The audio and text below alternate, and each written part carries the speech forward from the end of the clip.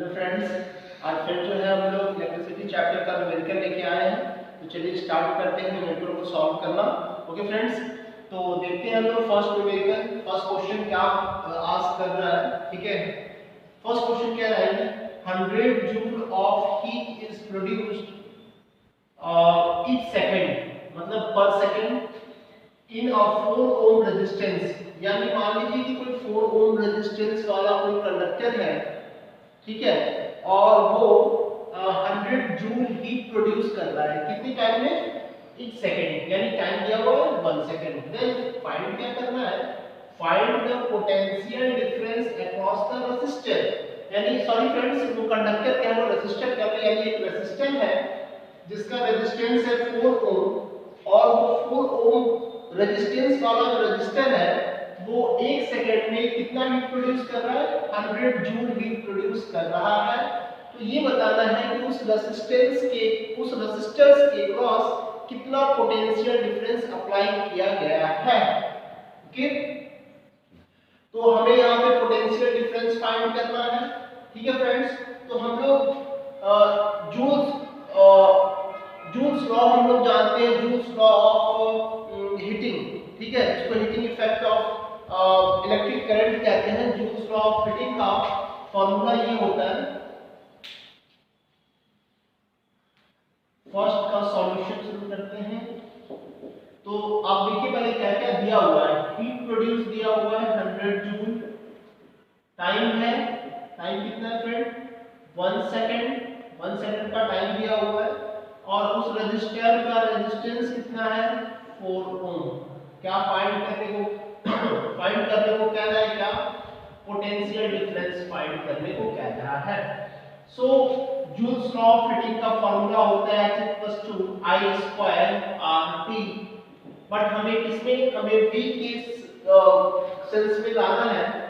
तो V के sense में लाएंगे तो क्या फार्मूला हो जाएगा, H=V²/R×T। Okay friends, then V² what, H×R/T। Okay friends, और we can see that V, या V क्या है, V है potential difference. Okay, V =H×R/T। इसको सॉल्व कर लेते हैं तो पोटेंशियल डिफरेंस निकल जाएगा फ्रेंड्स। देख लेते हैं हीट कितना प्रोड्यूस हो रहा है, 100 जूल, रेजिस्टेंस कितना है 4 ओम, टाइम कितना है 1 सेकंड, यानी कितना हो गया फ्रेंड, ये हो गया √400। 400 का मतलब कितना हो गया, 20 वोल्ट।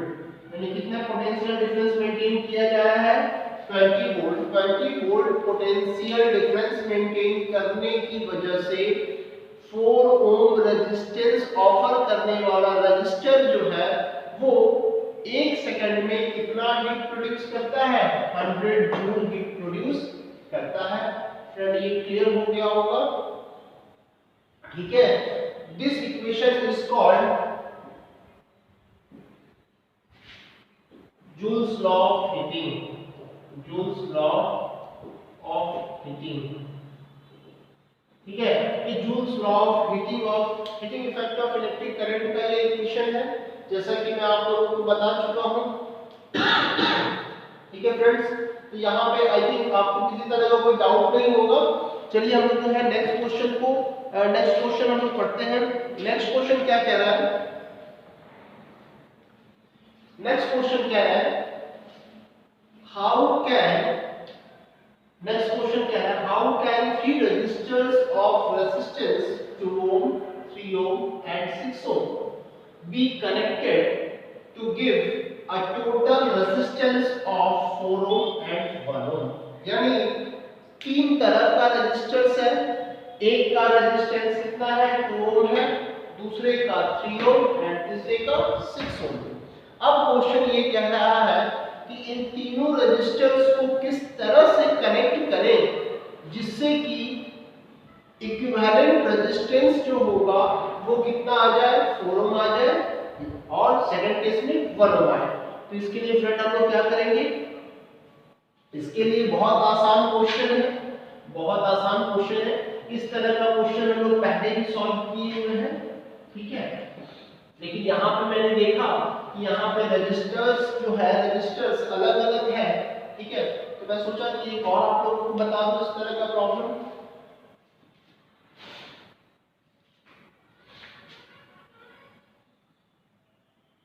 ये क्वेश्चन 2 का सॉल्यूशन है, ठीक है फ्रेंड। तो देखिए 1 ओम कैसे आएगा, तो 1 ओम आने के लिए we have to be connect all three resistors in parallel, all three resistors in parallel। जब तीनों रेजिस्टर्स को हम लोग पैरेलली कनेक्ट करेंगे तब आपका वैल्यू आ जाएगा कितना, ये आपका बी सेकंड केस का है फ्रेंड। ये हम लोग सेकंड केस का पहले बना लेते हैं 1 ओम वाला। 1 ओम का वैल्यू कैसे आएगा, ये R1 का वैल्यू है 2 ओम, R2 का वैल्यू है 3 ओम एंड R3 का वैल्यू है 6 ohm friend. Then how can we find the equivalent resistance of parallel element of different resistance. तो क्या है तरीका, 1/R टोटल और equivalent resistance in parallel element is equal to 1/R1 plus 1/R2 plus 1/R3। then again friend 1/Rp means equivalent resistance of parallel element of resistors। then R1 का value 2 ओम, R2 का 3 ओम, R3 का 6 ओम। then Rp कितना हो गया friend, इन तीनों का LCM लेंगे 2, 3 and 6 का एलसीएम फ्रेंड 6 होगा। 2 3 जा 6, 3 2 जा 6 एंड 6 1 जा 6। then Rp का वैल्यू कितना हो गया फ्रेंड, 6/6 इट मींस 1 ओम, ठीक है। एक तो ये तरीका है, यानी 1 ओम लाने का क्या मेथड हो गया, ये मेथड हो गया फ्रेंड। इसमें कोई आप लोगों को डाउट नहीं होगा। नेक्स्ट देख लेते हैं 4 ओम कैसे लाया जाएगा। 4 ओम लाने का भी बहुत आसान तरीका है, बहुत सिंपल मेथड है फ्रेंड। R1 वाले रेजिस्टेंस को क्या कर देते हैं, सीरीज में कर देते हैं एंड R2 एंड R3 को एक दूसरे के साथ क्या कर ले, पैरेलल कर ले। 3 ओम, 6 ओम और ये कितना हो गया 2 ओम। देखिए फ्रेंड एक ऐसे यानी 4 ओम का वैल्यू कैसे आएगा वो हम लोग चेक कर रहे हैं, ठीक है फ्रेंड। ये दोनों क्या है, ये दोनों जो है वो पैरेलली अरेंज है, तो इनका जो है फॉर्मूला क्या निकाल सकते हैं, डायरेक्ट कर लेंगे Rp = 3 × 6। क्योंकि फॉर्मूला क्या होगा फ्रेंड, फॉर्मूला आपको याद होना चाहिए। मैं फॉर्मूला बताया हूं, यदि आप लोग मेरे प्रीवियस वीडियो को नहीं देखे हो इलेक्ट्रिक करंट का तो पूरे वीडियो को देखिए फ्रेंड, उसके बाद आपको हर जगह का फॉर्मूला मिल जाएगा। तो जब दो इस तरह से रेजिस्टेंस होता है और पैरेलली कनेक्टेड होता है तो इसके लिए फॉर्मूला बहुत आसान है, ठीक है फ्रेंड। ये R2 है, मान लीजिए कि ये R2 है और ये क्या है R3 है और ये क्या है R1 है ना। तो वहां पे हम लोग कर ले R2 × R3 upon R2 plus R3 क्या हो जाएगा, ये हो जाएगा 3 × 6 अपॉन 3 + 6 यानी 18/9 यानी 9 2 जा 18 यानी 2 ओम। 2 ओम हो गया फ्रेंड, ये तो इतने का, ठीक है वैल्यू। अब देखो एक और एलिमेंट हम लोग कर लेते हैं फ्रेंड, ये हो गया 2 ओम और ये कितना आ गया, यहाँ पे 2 ओम आ गया ना। ये तो आपका क्या है R1 है और ये क्या था Rp था, है ना। अब ये दोनों क्या दिख रहा है, तो ये दोनों सीरीज में दिख रहा है, तो यानी R डैश है ना, R डैश कर देंगे टोटल एलिमेंट का, ठीक है, या R टोटल कर लेते हैं तो क्या हो जाएगा R1 plus Rp = 2 ohm plus 2 ओम = 4 ओम। देखिए फ्रेंड ये भी सॉल्व हो गया, इसमें भी मुझे लगता है कोई डाउट नहीं है आप लोगों को, ठीक है। तब तक मैं थर्ड क्वेश्चन देखता हूं फ्रेंड। थर्ड क्वेश्चन क्या कह रहा है, थर्ड क्वेश्चन कह रहा है एन इलेक्ट्रिक बल्ब, एक इलेक्ट्रिक बल्ब है, ठीक है, जिसको कनेक्ट किया गया है 220 वोल्ट जनरेटर के साथ, ठीक है। एक जनरेटर है जो कि कितना पोटेंशियल डिफरेंस को क्रिएट कर रहा है, 220 वोल्ट क्रिएट कर रहा है, ठीक है। तो उसके साथ एक इलेक्ट्रिक बल्ब को कनेक्ट किया गया और जिसकी वजह से उस इलेक्ट्रिक बल्ब में करंट कितना फ्लो कर रहा है, करंट फ्लो कर रहा है 0.50 एम्पियर। देन पूछा जा रहा है कि वो बल्ब जो है वो कितना पावर कंज्यूम करेगा, what is the power of the bulb, यानी वो बल्ब कितना पावर कंज्यूम करता है, ठीक है। इसको देखना है, बहुत आसान है फ्रेंड, बस आपको फॉर्मूला और कॉन्सेप्ट इन दो चीजों पे कमांड रहेगा ना तो न्यूमेरिकल बहुत आसान चीज है। मुझे देखिए, मुझे न्यूमेरिकल बनाने में तो इतना मजा आता है कि मुझे कोई 24 घंटा कह दे न्यूमेरिकल बनाने को, फिजिक्स का, केमिस्ट्री का, 11th 12th का भी, तो मैं लगातार बनाता हूँ। मुझे बिल्कुल न्यूमेरिकल बनाने में कोई बोरियत नहीं महसूस होता है। थर्ड का सॉल्यूशन देख लें। तो यहाँ पे क्या क्या दिया हुआ है फ्रेंड, पोटेंशियल डिफरेंस दिया हुआ है, वो है 220 वोल्ट। करंट कितना ड्रॉ कर रहा है वो बल्ब, 0.50 एम्पियर। देन उस बल्ब का आपको पावर निकालना है। तो as we know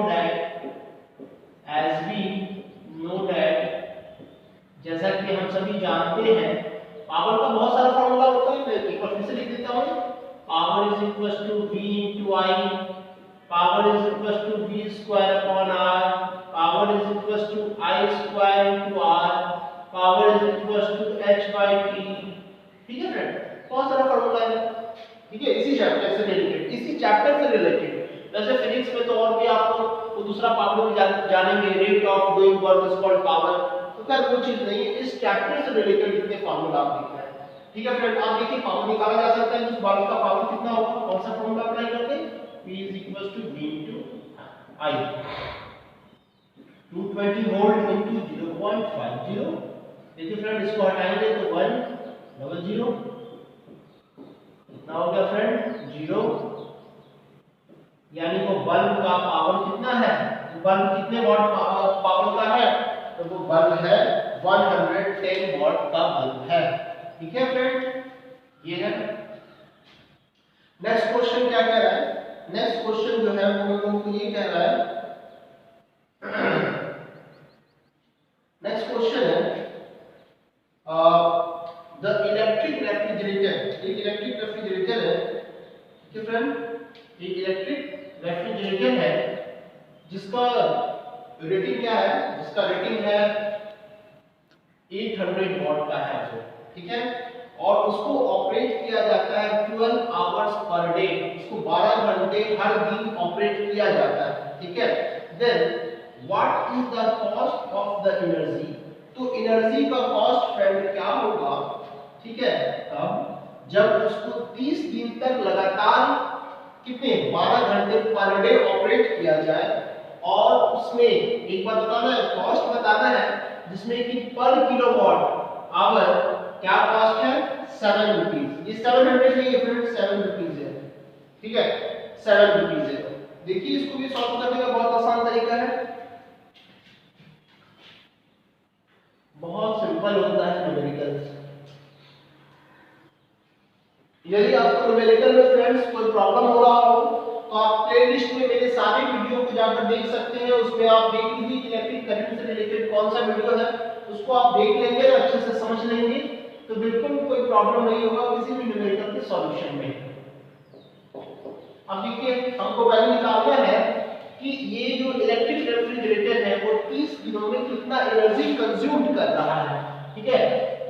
तो लिखेंगे एनर्जी कंज्यूम,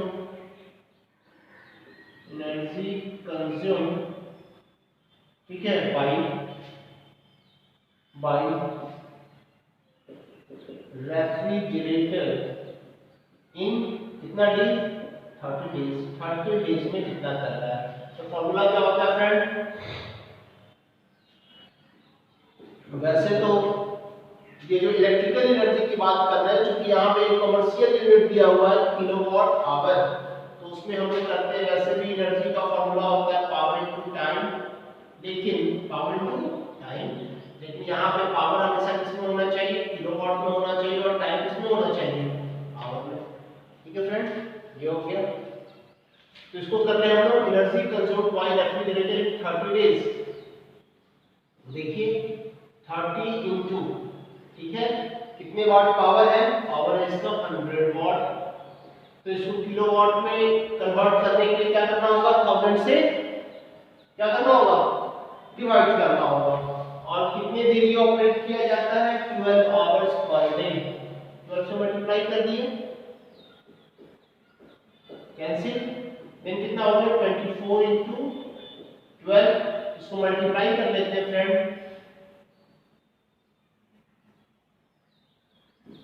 ये कितना आ गया 288 किलोवाट आवर। एंड फ्रेंड हमें पता है 1 kilowatt hour is equal to 1 unit होता है, 1 कमर्शियल यूनिट है। तो इसमें कॉस्ट कितना देना होगा, तो कॉस्ट इज इक्वल टू ₹7, है ना। इसको मल्टीप्लाई करना होगा कितने से, 288 से, देन आंसर कितना होगा,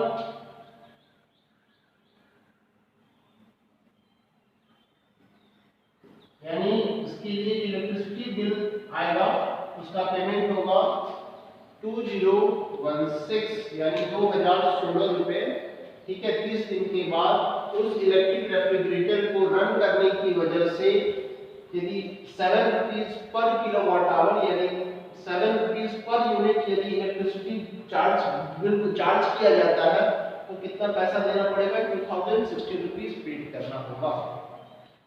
ओके फ्रेंड्स, नेक्स्ट क्वेश्चन हम लोग देख लें।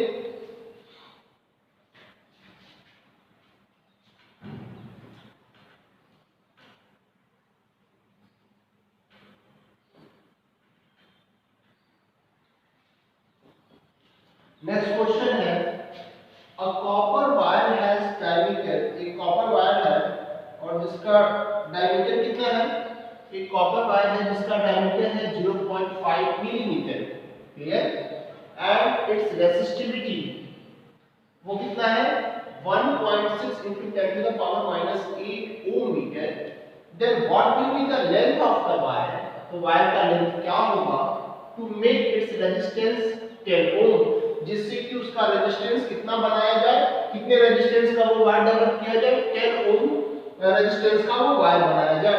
तो वायर का लेंथ क्या होगा, तो पहले फ्रेंड देख लेते हैं। डायमीटर दिया हुआ है कितना friend, 0.5 millimetre, it means 0.5 into 10 to the power minus 3 metre, क्योंकि लेंथ का जो ऐसा यूनिट होगा ना वो मीटर में होगा, तो मीटर में हम लोगों को लेना होगा, ठीक है फ्रेंड। तो हम लोग क्या कर सकते हैं, फिर रेडियस क्या हो जाएगा, तो रेडियस जो है वो डायमीटर का हाफ होता है, d/2, इट मींस इसका जो हाफ करेंगे, तो फ्रेंड चलिए मैं एक स्टेप और कर ही देता हूं, नहीं तो मैं डायरेक्ट लिखने वाला था 0.25 into 10 to the power minus 3 metre, ये हो गया उस वायर का रेडियस। देन उस वायर का एरिया क्या हो जाएगा, तो फ्रेंड क्योंकि एरिया की बात करते हैं तो एरिया वायर का ये एरिया होता है, ये फ्रंट वाला थिकनेस यानी एरिया ऑफ क्रॉस सेक्शन। तो एरिया ऑफ क्रॉस सेक्शन,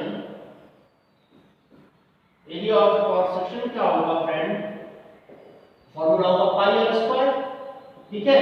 तो पाई का वैल्यू क्या लेंगे 3.14 और आर का हो जाएगा 0.25 into 10 to the power minus 3 का स्क्वायर, क्या हो जाएगा यूनिट स्क्वायर मीटर। एरिया तो निकल गया, एरिया ऑफ क्रॉस सेक्शन, ठीक है। रेसिस्टिविटी गिवन है, this is the symbol of resistivity and इसका वैल्यू कितना है 1.6 into 10 to the power minus 8 ohm metre. Resistance कितना होना चाहिए उसका 10 ओम, तो लेंथ पूछा जा रहा है, बहुत आसान है friend. As we know that, जैसा कि हम जानते हैं, एज वी नो दैट, जैसा कि हम सभी जानते हैं, R is equals to rho L upon A, ये फार्मूला से आप लोग फैमिलियर होंगे, ये फार्मूला मैंने डिस्कस किया था, ठीक है। Then we have to define length, then formula क्या हो जाएगा R into A upon rho, ठीक है फ्रेंड। वैल्यू पुट कर ले, R कितना हो गया 10, एरिया ऑफ क्रॉस सेक्शन कितना आ गया फ्रेंड 3.14 into 0.25 into 0.25, ठीक है फ्रेंड्स। स्क्वायर का मतलब हमने दो बार लिख दिया 0.25, तो इसमें आपको डाउट नहीं होना चाहिए। और इसको मैं मल्टीप्लाई करके लिख देता हूं into 10 to the power minus 6 upon resistivity की वैल्यू कितनी है 1.6 into 10 to the power -8। ठीक है फ्रेंड्स, सॉल्व कर ले इसको सॉल्व करना बहुत आसान है, देख लेते हैं। थोड़ा इसको देखिए, इसको मैं सॉल्व करता हूँ। ये ऐसे कैंसिल हो गया, ये ऐसे हो गया, तो ये हो गया 10 to the power -2। ठीक है फ्रेंड, ठीक है। और इसके बाद देखिए ये 10 से इसको मल्टीप्लाई कर दूंगा तो ये हो जाएगा कितना 31.4। ये कितना हो गया 0.25 into 0.25।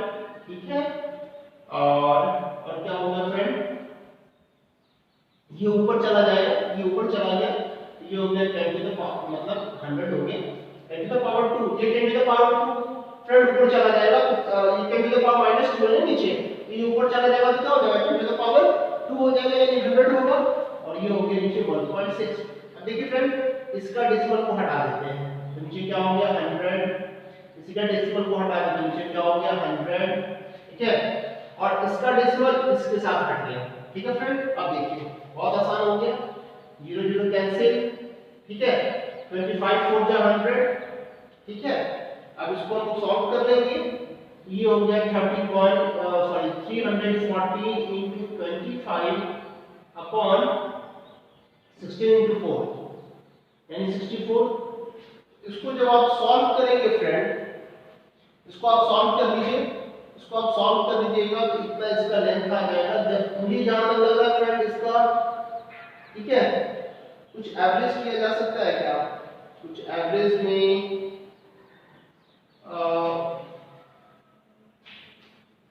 अप्रॉक्स इसका वैल्यू जो आएगा वो आएगा 122.6 मीटर, ये लेंथ होगा फ्रेंड।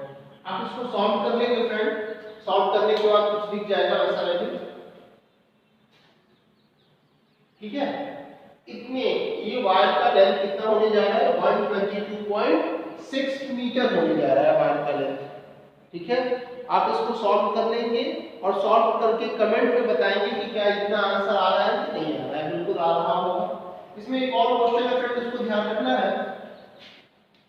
एक और क्वेश्चन है इसमें, how much does the resistance change if the diameter is doubled. यदि डायमीटर डबल हो जाएगा तो रेजिस्टेंस में कितनी चेंजिंग आएगी। तो अब देखना है, कितनी चीजों को आप ध्यान रखिए फ्रेंड। मैं इसको कुछ इरेज करता हूं। डायमीटर को डबल कर दिया गया, ठीक है, तो डायमीटर को डबल करने का मतलब हो गया फ्रेंड, यहां देखिए इसको आप याद रखेंगे फ्रेंड, इसी वजह से मैं नीचे वाला नहीं रेज कर रहा हूं। ये क्वेश्चन नंबर 5 का ही जो है वो पार्ट है। क्या है कि डायमीटर जो है, नया डायमीटर यानी डी डैश वो ट्वाइस हो गया किसका, पहले वाले का। देखो तो ट्वाइस होने का मतलब 2 into 0.5 into 10 to the power -3 metre. तो रेडियस क्या हो जाएगा, रेडियस हो जाएगा 2 into 0.5 into 10 to the power -3 है ना, by 2 कैंसिल, यानी नया उसका रेडियस हो गया क्या 0.5 into 10 to the power -3 metre. ठीक है, रेजिस्टेंस निकाल लीजिए r डैश। फ्रेंड ये रेडियस है, याद रखेंगे, ये रेजिस्टेंस ना समझिएगा, ये स्मॉल r से कर दिया। एंड आपको पता है कि रेजिस्टेंस इक्वल टू क्या होता है, रो l अपॉन a होता है, इसमें कोई दिक्कत नहीं है। ठीक है, आपको यही फाइंड करना है r डैश। क्योंकि r डैश फ्रेंड ये इसका जैसे मैंने लिखा कि ये तो पहले वाला रेजिस्टेंस दिया हुआ है पहले के केस में, लेकिन ये नया रेजिस्टेंस पूछा जा रहा है क्वेश्चन में। नया रेजिस्टेंस बताइए तब जब उस वायर का डायमीटर जो होगा वो डबल हो जाएगा। तो r डैश इक्वल टू रो तो सेम रहेगा फ्रेंड, क्योंकि मटेरियल चेंज नहीं हो रहा है। रो तब तक सेम रहता है जब तक मटेरियल फ्रेंड चेंज नहीं होता है। ठीक है, रो लेंथ हमारा तो वही हो गया 122.6। Okay friend, and area of cross section, तो अब एरिया ऑफ क्रॉस सेक्शन निकाल ले, कितना हो जाएगा पाई r स्क्वायर। ठीक है, it means into 0.5 into 0.5 into 10 to the power -6। Solve कर ले इसको तो कितना हो गया भाई 1.6।